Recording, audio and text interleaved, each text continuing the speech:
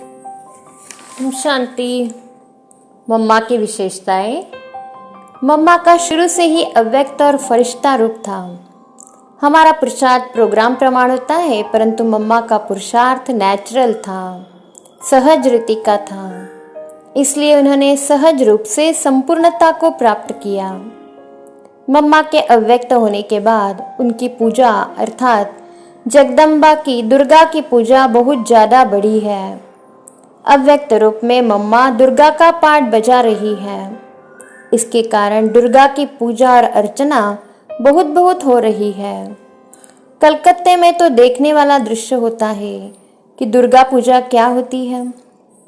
हमें तो महसूस होता है कि जब मम्मा साकार में थी तब ज्ञान ज्ञानेश्वरी बन ज्ञान की गंगा बहाई, और अव्यक्त होने के बाद दुर्गा का पूरा पाठ बजाकर भक्तों को गुण और शक्तियों का वरदान दे रही है।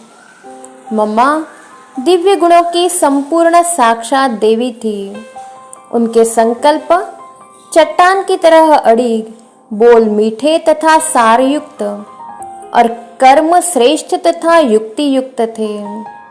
मम्मा इतनी योग युक्त, गंभीर और शांत रहती थी कि उनके आसपास के वातावरण में सन्नाटा छाया रहता था, जो सभी को प्रत्यक्ष महसूस होता था।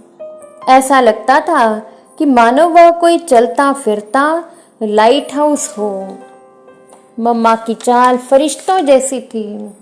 आश्रम वासियों को पता भी नहीं चलता था कि कब मम्मा उनके आसपास से गुजर गई अथवा कब से वह उनके पीछे खड़ी हुई उनकी एक्टिविटी का निरीक्षण कर रही थी। मम्मा के बोल बहुत ही मधुर, स्नेहयुक्त और सम्मानपूर्ण होते थे। मम्मा ने शुरू से अंत तक अपनी साधना में किसी भी प्रकार की ढील नहीं होने दी। रोज 2-2:30 बजे उठकर विशेष शांति में रहने का, बाबा को शक्तिशाली रूप में याद करने का अभ्यास करती थी। उनकी डायरी में ज्ञान के एक एक विषय पर बहुत गहराई की बात लिखी हुई थी। उनकी डायरी पढ़ने का सुअवसर मुझे जयपुर में मिला था। एक बहन जो 1 साल मम्मा के साथ थी, उसने मम्मा की डायरी से उन ज्ञान बिंदुओं को पढ़कर मुझे लगा कि मम्मा ने ज्ञान का कितना विचार सागर मंथन किया होगा, कितना ज्ञान की गहराई में गई होगी और कितना उन्होंने धारणा करने का अभ्यास किया होगा।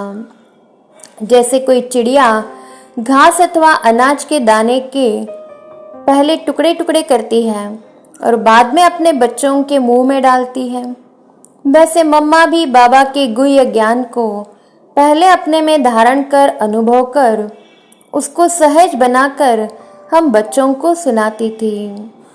मम्मा ज्ञान को इतना सरल बनाकर सुनाती थी कि ईश्वरीय ज्ञान से अनजान व्यक्ति को भी ज्ञान सहज समझ में आता था, उसकी बुद्धि में बैठ जाता था और वह खुश हो जाता था।